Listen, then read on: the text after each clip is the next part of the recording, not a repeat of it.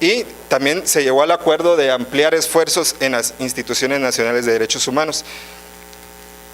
Una de esas era designar coordinadores dentro de cada institución nacional de derechos humanos sobre el tema. Esta es una cuestión pues, que habría que revisar en cada institución nacional de derechos humanos para saber si ya se nombró algún coordinador. Colaborar con organizaciones e interesados, es decir, sindicatos, sociedad civil, empresas.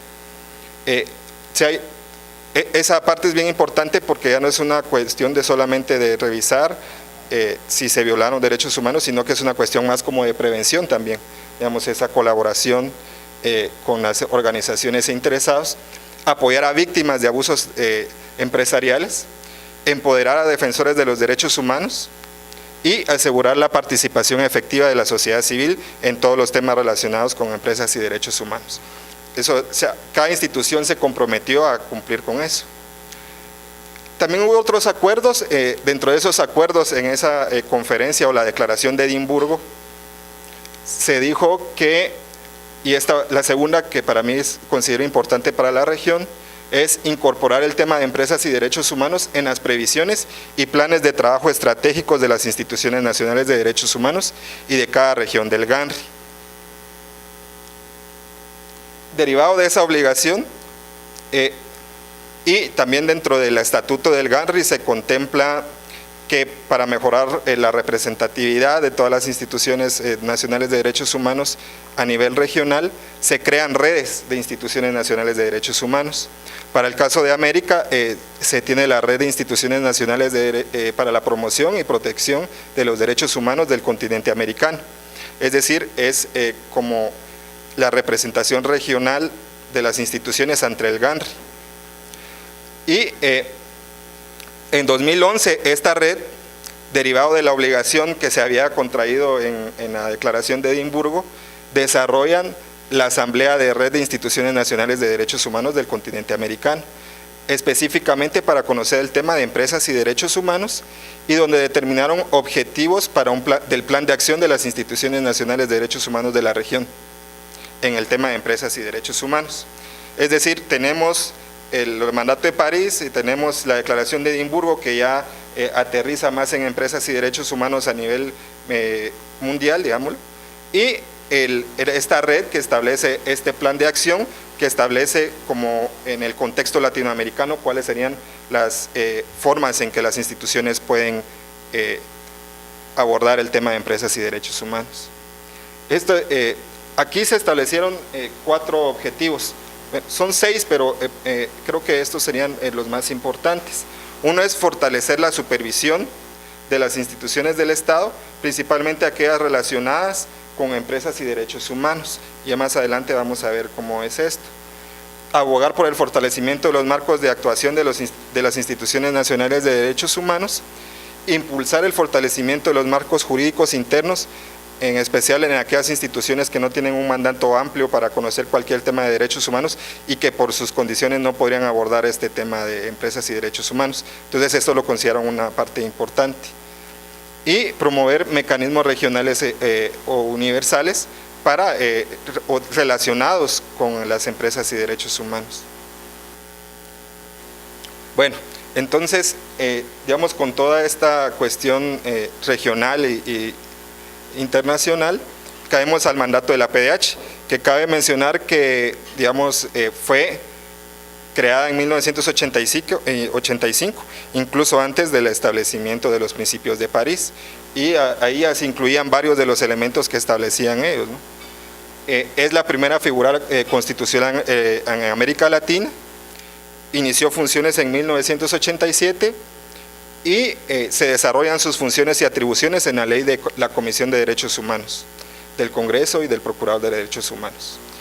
En una sentencia, la Corte de Constitucionalidad indicó que el mandato de la institución era un magistrado de conciencia que persuade y tiene influencia, y sus decisiones tienen la autoridad que le otorga el prestigio de su emisor. Y en este caso, al considerar que es el Procurador de los Derechos Humanos, pues entendería que sus resoluciones van a tener ese carácter de revisar si se están cumpliendo los derechos humanos o no. se establece como un órgano de control político. Esa función de supervisar a la administración pública es una función muy importante. Se le considera como una defensora de derechos humanos. Es una institución autónoma, independiente y no subordinada a ningún poder del Estado, aunque sea el Pleno del Congreso el que lo elige, ¿no? Pero sí goza de esa independencia, aunque ahí se puede hablar una cuestión en cuanto a la cuestión presupuestaria, pues por ahí es otra cosa, pero ahí está. Y digamos cómo estamos organizados y qué atribuciones tenemos. La estructura institucional tiene una organización temática. Tenemos las defensorías, donde se tienen diferentes temas también, digamos, de pueblos indígenas, de ambiente, de trabajo, etcétera. También tenemos la dirección de mediación, la dirección de educación y también una distribución territorial de la institución. Tiene competencias para recibir, investigar y procesar denuncias de violaciones a derechos humanos, declarar comportamientos administrativos lesivos y emitir censura política y hacer recomendaciones. Y cuando son delitos, pues puede trasladar al MP. Y tiene la facultad de promover acciones o recursos judiciales y administrativos. Esto es bien importante porque no todas las instituciones nacionales de derechos humanos tienen esa potestad y la Institución Nacional de Derechos Humanos de Guatemala sí la tiene. Y aquí hay algunos ejemplos de casos de empresas y derechos humanos, casos que Ruth sistematizó la licenciada Ruth sistematizó sobre cómo hay relaciones entre las violaciones de derechos humanos y las empresas. Y, digamos, en primer punto podemos revisar cómo la PDH ha abordado la supervisión a la administración estatal. Por ejemplo, cómo se pueden llegar a las empresas a través de la supervisión. Digamos, si se supervisa la Inspección General de Trabajo, vamos a ver qué están haciendo para que ellos verifiquen el cumplimiento de los derechos laborales y que no se estén violando los derechos de los trabajadores.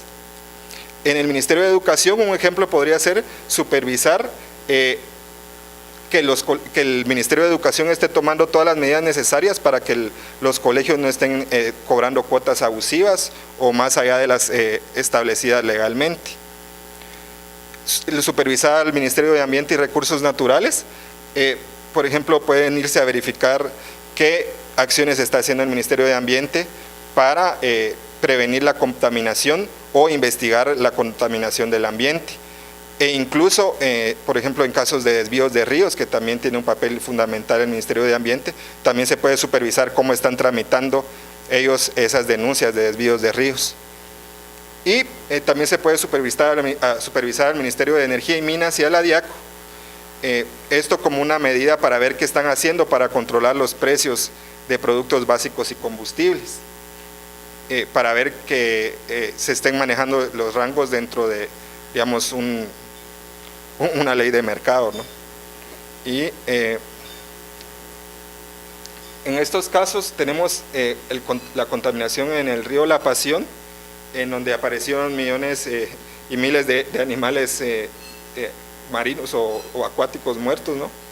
Y una investigación realizada por el Ministerio Público determinó que fue un contaminante que la empresa Repsa, que es una empresa de palma africana, derramó digamos, un químico en las aguas que fue lo que provocó la muerte de todos estos animales. Y se estableció que en la investigación que se hizo en la institución, se estableció que el MAN no había aprobado algunas de las actividades de estudio de impacto ambiental y que la empresa ya había sido sancionada 2 veces, pero que no había pagado las multas. Entonces aquí uno puede ver varias cuestiones, ¿no? Una, el incumplimiento institucional del MAR, pero también puede revisar si el incumplimiento institucional del Ministerio de Ambiente se debe a una cuestión interna sobre una mala utilización del mandato que tengan sobre este tema, o si la ley es la que realmente también no cumple con esta función. Entonces las recomendaciones de la institución pueden ir en la línea del fortalecimiento interno de la institución de ambiente, o también podrían ir al Congreso de la República para que modifique o apruebe una nueva ley que permita intervención más fuerte del Ministerio de Ambiente. Minera Entre Mares y Cerro Blanco, el estudio de impacto ambiental pues no consideraba el impacto sobre el ambiente y tampoco consideraba las altas temperaturas a las que eran expuestas los trabajadores en el interior de la mina. Se recomendó al Estado que verificara esta situación y que garantizara los derechos de los trabajadores y también de las personas pues, que se vean afectadas afuera por esta situación. Y algo muy importante de esta resolución es que se basó en los principios rectores de empresas y derechos humanos, principios que ya Ruth del Valle les va a hablar de cuáles son y cómo se interpreta. Otro ejemplo es el de la minera San Rafael, pues que las comunidades denunciaron que la contaminación al ambiente y pues esta institución CALAS interpone un amparo ante la Corte de Constitucionalidad y suspendió temporalmente las funciones de la minera. En septiembre de este año pues ya se resolvió que las actividades pueden reanudarse al momento de hacer una consulta. Sin embargo, no establece el vínculo con el resultado de la consulta y eso es algo que es bastante cuestionable. El PDH declaró el comportamiento administrativo del Estado porque no ha monitoreado el cumplimiento de las obligaciones legales ambientales. Y ahí también, digamos, hay una clara relación entre empresa, derechos humanos e instituciones públicas. El caso de la PUIR, en donde las personas que defendieron sus derechos humanos instalaron incluso un campamento afuera de esta mina y que el PDH acompañó verificando que se respetaran los derechos humanos de la población que defendía sus derechos. Y la CC suspendió esta actividad minera. También, digamos, otra forma en que la Institución Nacional de Derechos Humanos de Guatemala ha pues, intervenido en el tema de empresas y derechos humanos es el amicus curia en hidroeléctricas La Vega 1 y Vega 2. También ha participado en otros amicus. También hay otros ejemplos que hablan sobre la consulta y no solamente estas, ¿no?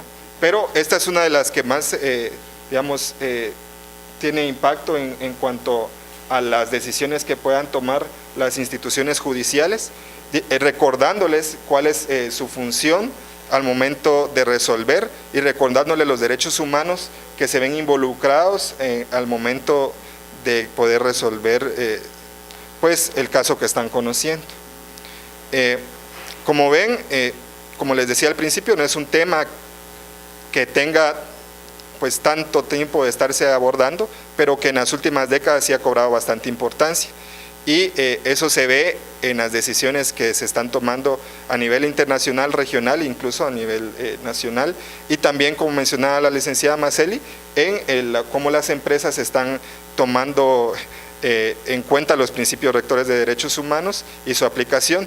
Pero en ese sentido es importante la función que pueda tener la Institución Nacional de Derechos Humanos de decir o de criticar esta implementación si lo están haciendo bien, porque no solamente se trata de que se diga estamos cumpliendo con los principios rectores, y nosotros tendríamos que tener la capacidad de poder criticar y decir no es cierto o es cierto, o hay algunas cuestiones ahí que se deben de mejorar.